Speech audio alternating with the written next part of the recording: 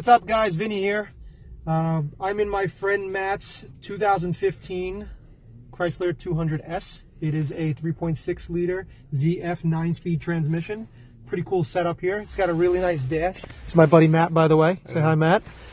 It's got a really cool dash on it. Everything is digital. I'll just scroll through some of the options here. He's running a little bit low on that rear right tire. We'll go to the gas station and fix that up. All right, so I'll leave it at this. As you can tell, center console, everything is nice push button stuff. It's got a pretty good digital touchscreen. How would you say that how would you rate the touchscreen here?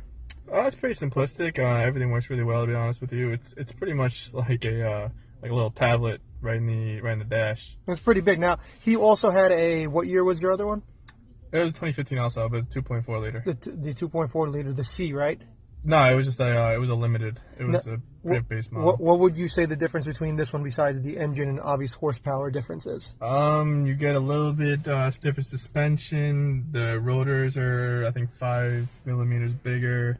And you get all the, obviously, little goodies: heated, cooled seats, heated steering wheel. That's in a sport mode, obviously. I have to say the steering wheel is nice. This is a really awesome steering wheel. It's nice and thick, it's comfortable, and it is heated. My hands are nice and warm. And being here in New York, you can obviously tell that we got some snow on the floor, so it's nice to have that option. All right, let's take it for a little drive. So, do we put it in drive or sport mode? How does this go? It's up to you if you want to put it in sport mode right away. Let's put it in regular drive for now. So, I have had 14 cars in my life, and a lot of them were either drift cars, mostly rear-wheel drive cars, all manual. I had a Cadillac CTS, and I was not a fan of automatic. I always tell everybody that I don't know how to drive automatic. But my buddy Matt here says that this automatic with these paddle shifters are just as much fun. So we'll see what happens here. The car is really comfortable, super easy to drive, very responsive. Obviously, we are in an area where there are a lot of people that live here, so we're not going to be driving fast, but we'll get on it a little bit. I don't know if you can do that. You better put it in sport mode. We'll put it in sport mode.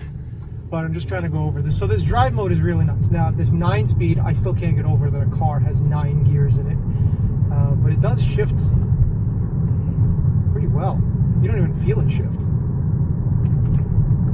We're doing 30 miles an hour right now, so it's not really a big deal. How's the stereo that comes with the car, Matt? It comes with an Alpine 9-speaker with a subwoofer. It's alright. It's very bass heavy. It has a sub. It's not an enclosed sub in the back. It's just one that free air hangs in the deck, the rear deck. And we know what those are like to get that deck off on this car. It is not a fun job. Anybody that is going to be changing the speakers in this car, because Matt will tell you in a second what he has put to upgrade the stereo system. The doors are incredibly easy to get the speakers in. It's all clips. It literally is all clips. I mean, this whole door, even as beautiful as it is, it just comes right off. There's no screws. There's no nothing holding it. It's just clips. It's very easy to take on, to take off and put back on. Now, the difference between this one and the 4-cylinder that you had, the 200, is in the 200 everything for the interior was chrome. All these little accents. This was all chrome. And in this model, in the S, it's all black. And it's like a black chrome. It's actually really, really nice. I think it sets off the car really nice. And then I can't see blue, but apparently this is blue. And it's brushed really nice. And it's so weird I can't get used to it, to not have a shifter, just in general, but an automatic without a button shifter is very, very weird. So this dial takes more into the BMWs and Mercedes kind of transmissions, I'm guessing. To shift? It's more like the Jaguar. The Jaguar? That's the closest thing. It has a lot of storage compartments. Even underneath the shifter, there is a ton of storage. I mean, you can see my hand down here. There's a ton of storage over here. For the audio, what kind of auxiliary does it have? Does it have USB? Yeah, there's auxiliary. I think there's an SD card slot in there too, and a USB. Very nice. All right, so now we were talking about the audio. What did you upgrade on the audio system? So there's 3 speakers in the front that come with the Alpine system. I changed the left and the right sides. The center I kind of left the same. It was pretty good, to be honest with you. The center does sound really nice in this car. I put JL Audio 3.5s, the C2s, and then the doors changed to thicker 6x9s, and then just put a enclosed sub in the back to replace the free air. Okay, very cool. Now, obviously, it's going to sound way better. So, the difference between the regular 200 and this one is you have this big panoramic roof, right? Yeah. So, how do you open this roof here? You press the button right here. And now it's glass all the way back. Yeah, and then you press it again. I think it goes back more. Yep. And now it's fully open. It definitely makes it much brighter in here. Yeah. And it's very quiet. I noticed that the car, I mean, I'm not really getting on it right now, but the car is very quiet. Later, once I open the hood and show you guys the engine, we did put a K&N intake on it, and then we put a custom, what is it, a resonator box pipe? Yeah, intake resonator delete. So, just in case you guys are interested, we will be selling those intake resonator deletes.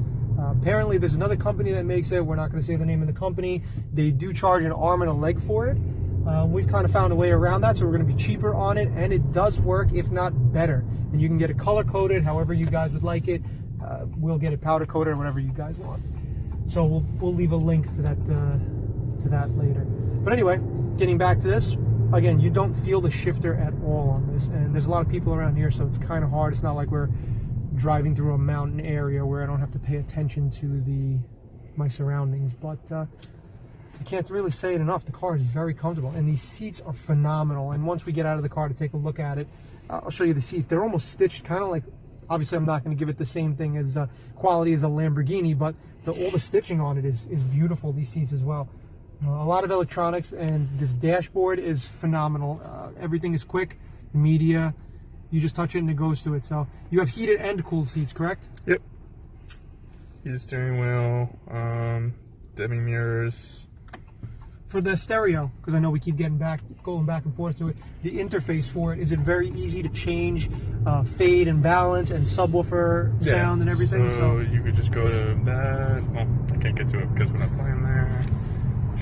Just go to audio, and you can change the equalizer, fade, balance. There's a surround sound option, and some other options over here. Guys, so we've been driving around for a little bit in regular drive mode. Now what we're going to do is we're going to put it into sport mode, and we're going to try it out here. So you can take a look at the speedometer here if you want to see.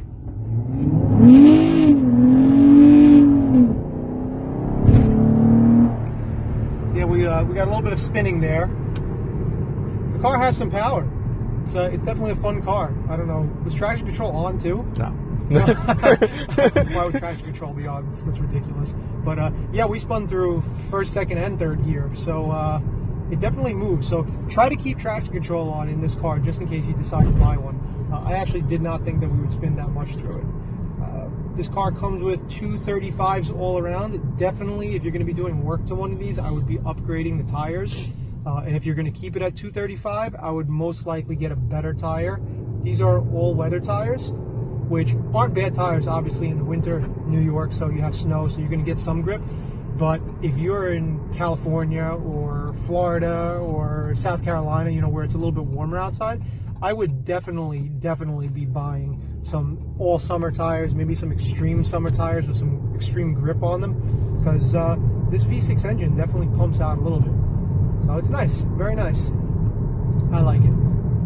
I'm going to give you guys a little show of what the interior looks like. Again, we've seen the dash, but the seats, again, are beautiful. They are really nicely upholstered. The leather is really nice, too. It's definitely not that pleather feel. They're nice and comfortable. They look a little stiff, but they definitely hold you very well. I have an S2000, and I mean, you sit inside of it, and your back is like, it is held. You're not moving anywhere. But this is beautiful. The different color stitching on the seats and the S looks really nice, definitely to show the model. Back to those doors. The doors definitely just pop right off. He had the Alpine system, but again, we had changed the whole stereo. Everything is functional. We have the lock and unlock, you have the window lock, rear windows down, auto windows in the front. Checking, you can do the mirrors right here. Moving to the back.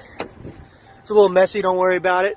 But the back is nice and spacious, and the leather and the upholstery, the way that it is all stitched, goes from the front all the way to the back, so they mimic that as well.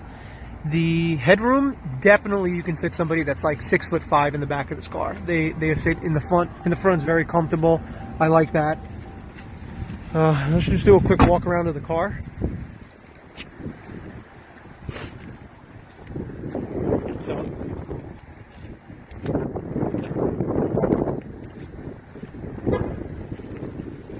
Matt, you want to pop the hood for us? Now, this model comes with all of the black trim. The other one that he had all the chrome trim, but the black trim is actually really nice looking on this car. So this is the engine bay. Everything's very tight, you know, front wheel drive, 6-cylinder. But he had put the cold air intake on it right here. And then also, can we just pop this off? This holds it, you pull that side. There we go. Hold on. So this is the engine naked. Now, this is the Resonator Delete pipe that we had installed and that we offer. How much would you say it gave a difference in the throttle response and the significance? Is it significant? All right. I will show you guys. He has it in the back seat, but I mean it's a big deal. There's a big box that goes there. Let me grab the box real quick for you. I'll show you. So this is the big box that is there. You can tell right here that it is a huge resonator. It looks like a straight through pipe, but it's actually not. The pipe is smaller and goes to larger, and then it has these resonator boxes around it, which deaden the sound, so you don't really get that sound. And if you look inside, it is much smaller than it looks to be. So that pipe that we installed is definitely a huge difference in horsepower and performance-wise, and also gives it a lot throatier of a sound. The tires, again, were 235s, and these are all-weather tires. But otherwise, it's a very nice car to drive, very comfortable, and I'm not a fan of automatics, but it's very, very, very comfortable again. So what do you think, Matt? Good car? Absolutely. Awesome. All right, we'll see you guys next time. Don't forget to like and subscribe.